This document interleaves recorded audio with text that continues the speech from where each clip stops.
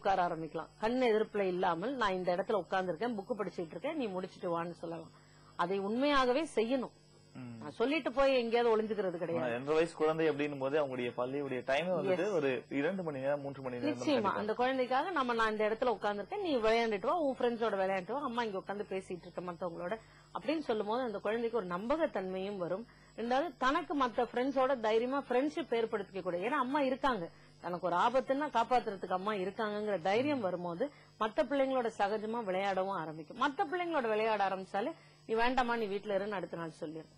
அந்த பக்குவத்துக்கு கொண்டு வரணும். கொஞ்ச நாள் தாய் அந்த குழந்தையோட கண் பார்வையில இருக்கிறது தப்பு கிடையாது. சரி, இப்ப வந்துட்டு நிறைய குழந்தைகள் வந்துட்டு இந்த வீட்டுல தெரியாம வந்துட்டு சில பொருட்களை மறைச்சு வைக்கிற பழக்கம் இருக்கும். அதே சமயத்துல வீட்டுல எது கேட்டாலும் பொய் சொல்லக்கூடிய பழக்கம் வந்திருக்கும். இது ஆரம்பத்திலே கண்டுபிடித்து எப்படி அவங்க கிட்ட முற்றிலும் தடுக்க முடியும்? இது நாங்க சைக்கலாஜிக்கல் டேர்ம்ல அப்போசிஷனல் டீவியன்ட் டிஸார்டர்னு சொல்லுவோம். சரி, சிறு சிறு குறைபாடுகள் அந்த குழந்தைகிட்ட இருக்கும். பொய் சொல்றது, காசு எடுக்கிறது, இல்ல எதுக்கு எடுத்தாலும் எதிர்த்து பேசக்கூடியது, ஒரு சின்ன விஷயத்த கூட வன்மமா பாக்குறது, உடனே ஒரு ரிவெஞ்சியஸ் நேச்சரா இருப்பாங்க. இந்த மாதிரி குழந்தைங்களை ஓடிடி அப்போசிஷனல் டீவியன்ட் டிஸார்டர் அப்படின்னு கேட்டகரைஸ் பண்ணி பிஹேவியர் மாடிஃபிகேஷன்ங்கிற டெக்னிக் அதுல 3 விதமா வச்சுக்கலாம். உனக்கு ஒரு பாசிட்டிவ் ரீஇன்ஃபோர்ஸ்மெண்ட், நீ ஒரு நல்ல செயல் செஞ்சீங்கன்னா உனக்கு அதுக்கு தகுந்த ஒரு அலோவன்ஸ் கொடுக்கலாம். இல்ல ஒரு டோக்கன், நாங்க என்ன சொல்றது, ஒரு டோக்கன் போடுவோம். அந்த டோக்கன் நீங்க என்ன வேணுமோ நீ வாங்கிக்கலாம். ஒரு 5 ரூபாய் மதிப்புள்ளதோ இல்ல 10 ரூபாய் மதிப்புள்ளதோ அவங்கவுங்க குடும்ப சூழ்நிலைக்கு ஏத்த மாதிரி அதை போட்டுக்கலாம். ரெண்டாவது, இதை செய்து பார்த்து முடியலங்கிற பட்சத்துல கட்டாயமா அந்த குழந்தைக்கு விருப்பமான ஒரு விஷயம் இருக்கும், அதை செய்ய விடாம பண்றது. அதுதான் டைம் அவுட் அப்படின்னு. உனக்கு விருப்பமா இந்த டிவி சேனல் இருக்கு இல்லையா, இந்த கார்ட்டூன் சேனல் நீ பார்க்க போற, இந்த ப்ரோக்ராம் பார்க்க போற, நீ செய்த தவறுக்கு தண்டனையாக அதை நீ பார்க்க கூடாது. டைம் அவுட், அது நீ பார்க்க கூடாது. அப்ப அந்த குழந்தை என்ன ஆகும், நான் செய்த தப்புனால என்னோட சந்தோஷத்தை என்னால அனுபவிக்க முடியலங்கிறத புரிஞ்சுக்கும். மூன்றாவது தான், ஆனா யாரும் நடைபெறக்கூடாதுன்னு நாங்க நினைக்கிறது பனிஷ்மெண்ட் ஆர் நெகட்டிவ் ரீஇன்ஃபோர்ஸ்மெண்ட். அது செய்யக்கூடாது. ஆனாலும் படிப்பறிவுல இது 3 எங்களுக்கு இருக்கு. முக்கியமா பாசிட்டிவ் ரீஇன்ஃபோர்ஸ்மெண்ட் செய்யும் போது அந்த குழந்தையை பாராட்டுதலுக்கு உட்படுத்தும் போதே இந்த பிஹேவியர் இல்லாம செய்யறோம். முக்கியமா பாக்கணும் ஏன் இந்த குழந்தை அந்த மாதிரி செய்யுது. ஒருவேளை தாய் தகப்பனோட அட்டென்ஷன் தனக்கு கிடைக்கலங்கிற காரணத்தினால இவங்க என்ன கவனிக்கணும். எப்படி கவனிக்கணும், நான் நல்லது செஞ்சா யாரும் கவனிக்க மாட்டேங்கிறாங்க. ஏதோ ஒரு பொருளை ஒளிச்சு வச்சுக்கிட்டேன்னா அப்போ அவங்க எங்க இருக்கு அப்படின்னு என்ன கேக்குறாங்க, என்னோட டைம் ஸ்பெண்ட் பண்றாங்க. சோ ஒரு அட்டென்ஷன் சீக்கிங் பிஹேவியரா கூட இந்த குழந்தைங்க இந்த மாதிரி செய்யலாம். சோ எதன் காரணத்தினால அந்த எல்லாம் எடுத்த உடனே அதை ஓடிடின்னு கிளாசிஃபை பண்ணாம என்ன காரணத்தினால இருக்குன்னு அந்த குழந்தையோட பேசும்போது கட்டாயம் நம்ம கண்டுபிடிச்சு ஒரு வழிக்கு வரலாம். தொடர்ந்து நேர் வந்திருக்காங்க. வணக்கம் மனமே மனமே. வணக்கம். Hello madam. வணக்கம்மா, உங்க பேர் சொல்லுங்கம்மா. என் பேர் அனுராதா, முகப்பேர்ல இருந்து பேசுறேன். ஓகே அனுராதா, உங்க டிவி வால்யூம் ரொம்ப அதிகமா இருக்கு, குறைச்சிடுங்க. டிவி வால்யூம் என்னோட பையனுக்கு 9 இயர்ஸ் ஆகுது மேடம். சரி. எதுக்கு எடுத்தாலும் அழறான். காலையில எழுந்து பிரஷ் பண்ணுமா அப்படின்னு சொன்னாலும் அழறான். எதை பண்ணாலும் ஒரு சோம்பேறித்தனம் படுறான், அழறான். எல்லாத்துக்குமே நம்ம திட்டிக்கிட்டே இருக்க வேண்டியதா இருக்கு. இதை பண்ணு, கண்டிப்பா இதை பண்ணுன்னு சொல்லிக்கிட்டே இருக்கணும். குளிக்கிறதுக்கு, ஸ்கூல் போறச்சல அழ மாட்டான். லீவ் டேஸ்ல எல்லாத்துக்குமே ஒரு சோம்பேறித்தனம் படுறான், எல்லாத்துக்குமே அழறான். வீட்டுல மற்ற விஷயத்துல ரொம்ப ஆக்டிவா இருப்பாரு. அவரு ஆக்டிவா இருக்கும் மேடம். பட் எந்த வேலையுமே நம்ம திட்டிக்கிட்டே இருந்தாதான் செய்யணும். அவனும் ஆட்டோமேட்டிக்கா காலையில எழுந்தோடனே பிரஷ் பண்ணும், குளிக்கணும் அப்படின்றது இல்ல, எழுந்தோடனே விளையாடணும். நான் கேட்பது இந்த விளையாடுவதுதான். விளையாடுறதுல ரொம்ப ரொம்ப ஆக்டிவா இருக்காது. ஆக்டிவா இருக்கான் விளையாடுறதுல. எப்ப பார்த்தாலும் ரோட்ல தான், 24 hours வெயிட்ல ரோட்ல தான் இருக்கான். இப்பதான் கொஞ்ச நாளா இந்த மாதிரி இருக்காரா இல்ல எப்பவுமே இப்படிதான் இருப்பாரா? எப்பவுமே இப்படிதான் மேடம் இருக்கான். உங்களுக்கு 2வது குழந்தை இப்போ ரீசெண்டா ஒரு 2 வருஷத்துக்கு முன்னாடி பிறந்ததா?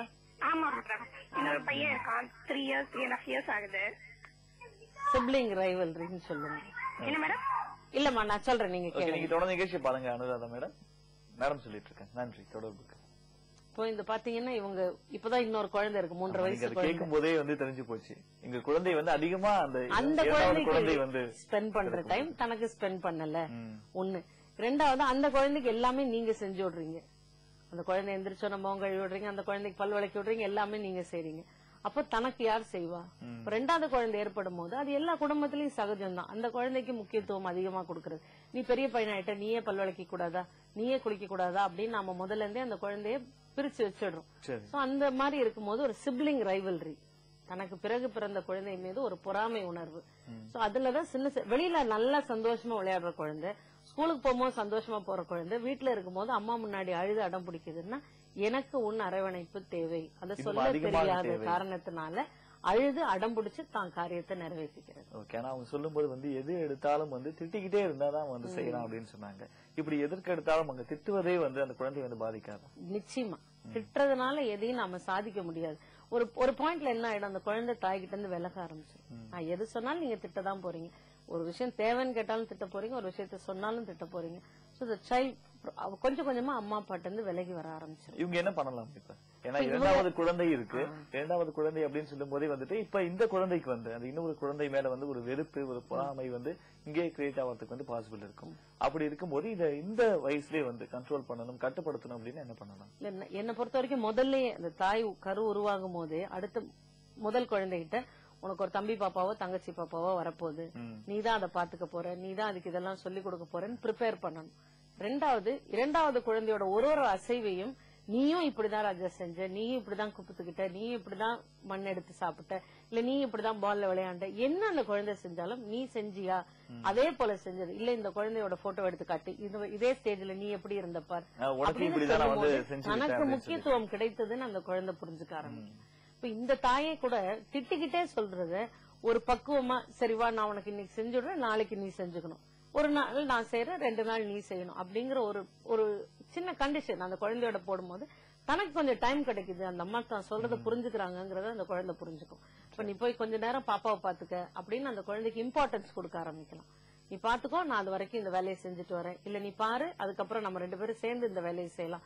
அந்த குழந்தைக்கு கொடுக்கும் போது சிப்ளிங் ரைவல்ரியும் படிப்படியா குறைய ஆரம்பிச்சு, அந்த குழந்தை மேல இருக்க பொறாமையும் குறைஞ்சு என்னோட தம்பி என்னோட தங்கச்சிங்கிற அரவணைப்பு அந்த குழந்தை தானே தன்னை அறியாமல் தன் சகோதரனுக்கோ சகோதரிக்கோ கொடுக்கிற வாய்ப்பு அதிகமா இருக்கு. சரிங்க மேடம். இப்ப நிறைய பேரண்ட்ஸ் சொல்லக்கூடிய ஒரு விஷயம் என்னுடைய குழந்தை மற்ற எந்த குழந்தையுடனும் சகஜமா பழகுவதில்லை, ஒரு தனியாவே இருக்கான், தனியா ஏதோ யோசிச்சுக்கிட்டே இருக்கான், தனியா ஏதோ பண்ணிட்டே இருக்கான் அப்படின்னு சொல்லிட்டு. இப்ப அது மாதிரி அந்த குழந்தைக்கு வேற ஏதாவது பிரச்சனை இருக்குமா? இது எப்படி சரி பண்ணலாம் அவங்க? இல்ல, இப்போ தனியாவே இருக்கிறான், மத்த குழந்தைங்களோட கலந்துக்கிறதே கிடையாது அப்படின்னா கட்டாயம் இதை பார்க்க வேண்டிய ஒரு விஷயம். யாரோடையும் முகம் கொடுத்து பேசுறது இல்ல, கண் பார்வை. இப்ப நீங்களும் நானும் பேசும்போது இருக்கிற ஐ கான்டாக்ட் அந்த குழந்தைக்கு இல்லைன்னா அது ஆர்டிஸ்டிக் டிசார்டரா இருக்கக்கூடிய வாய்ப்பு இருக்கு. சோ அதை கட்டாயமா அசஸ் பண்ணி ஒரு சைக்காலஜிஸ்டையும் அசஸ் பண்ண வச்சு ஒரு சைக்காட்ரிஸ்டையும் பார்த்து அதுக்குரிய பள்ளிக்கூடத்துல அந்த பிள்ளைகளை சேர்த்தணும். அதுதான் அதுல ரொம்ப முக்கியம்.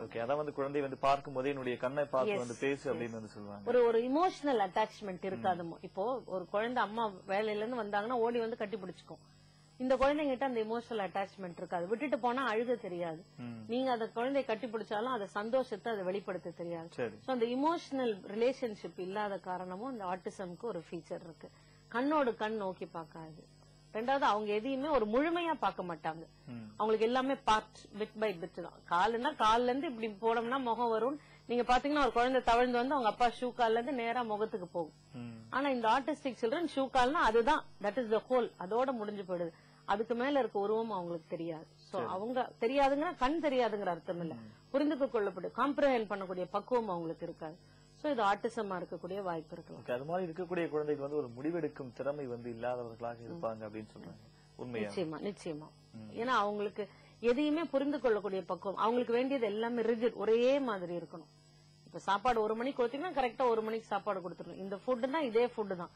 அவங்களுக்கு எதையும் புரிஞ்சுக்க கொள்ளக்கூடிய பக்குவம் இருக்காது. ஐக்யூ லெவல்ல கட்டாயம் கம்மியா இருப்பாங்க. அப்படி இருக்கையில முடிவெடுக்கக்கூடிய பக்குவம் அவங்களுக்கு இருக்காது. ஓகே. நீங்க இந்த ஃபுட் அப்படின்னு சொல்லும் போதே பேரண்ட்ஸ் அதிகமா கவலைப்படக்கூடிய விஷயம் இந்த ஃபுட். நிறைய குழந்தைக்கு நான் என்ன சொன்னாலும் என்ன செஞ்சாலும் சாப்பிடுவதே இல்லை அப்படின்னு சொல்லிட்டு. இந்த சாப்பாடு சாப்பிடாம இருப்பதற்கு என்ன காரணமா இருக்கும்? ஃபர்ஸ்ட் அது மால் நியூட்ரிஷன் காரணம் என்ன, வயிற்றுல பூச்சி இருக்கான்னு பார்க்கணும். அந்த குழந்தைக்கு வேற ஏதாவது சாப்பாட்டுல விருப்பம் இருக்கா? தாய் வெறும் ரசசாதமே செஞ்சு இதுதான் நல்லது கண்ணா, இதை சாப்பிடுங்க, அந்த குழந்தைக்கு வேற சாப்பாட்டு மேல, ஸ்கூல்ல இருக்கிற பிள்ளையா இருந்தா பக்கத்துல கொண்டு வரவங்களோட சாப்பாடு மேல ஒரு விருப்பம் இருக்கலாம். இல்ல இன்னொரு குழந்தைக்கு டிஃபன் தான் பிடிச்சிருக்கும். சோ இதுதான் நல்லது இதுதான் கெட்டது இல்லாம ஒரு பேலன்ஸ் டயட். எந்த தாய் தகப்பனா இருந்தாலும் அந்த குழந்தைக்கு ஃபுட்டை வேஸ்ட் பண்ண கூடாதுங்கறத சொல்லி கொடுக்கணும். முதல்ல தட்டுல வைக்கிற அதுக்கு நீ தட்டுல வச்ச எல்லாத்தையும் நீ சாப்பிட்டுதான் ஆகணுங்கிறல, அந்த குழந்தைக்கு ஏற்ற அளவு தட்டுல வச்சு கொடுத்து அதை சாப்பிடக்கூடிய பக்குவத்துக்கு கொடுக்கணும். குழந்தைக்கு தேவையான மாதிரி செஞ்சு கொடுக்கணும். ஒரு மொனாட்டனஸ் ஃபுட்டா இல்லாம விதவிதமாக மாற்றி கொடுக்கும் போது கட்டாயம் அந்த குழந்தைக்கு சாப்பிடணுங்கிற ஆசையும் வரும். ஒரு உந்துதல் இருக்கும். ரெண்டாவது பிரசன்டேஷன், நம்ம எப்படி கொடுக்கறோம் அந்த குழந்தைக்குங்கிறது ரொம்ப முக்கியம். ஏதோ பேசஞ்சோம் சாப்பாடு வச்சோங்கிற மாதிரி இல்லாம பிரசன்டபிளா இருந்தா பாக்குறதுக்கு கண்ணுக்கு அழகா இருக்கும்போது அதை சாப்பிடணுங்கிறது வரும். அந்த காலத்துல எல்லாம் பாட்டி குட்டி குட்டி தோசை ஊத்தி கொடுத்துட்டு இருந்தாங்க.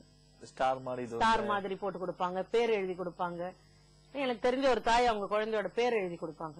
அந்த குழந்தை ஒரு ஒரு வார்த்தையா சொல்லிக்கிட்டு படிப்பினையாவும் மாறுது, அந்த குழந்தை அந்த தோசையும் சாப்பிட ஆரம்பிக்கும். சரி, ஓகே. இப்போ வந்து நிகழ்ச்சி வந்துட்டு இந்த பேரண்ட்ஸ் செய்யக்கூடிய எந்த விஷயம் வந்து குழந்தைகளை உடனே வந்து அஃபெக்ட் பண்ணும்?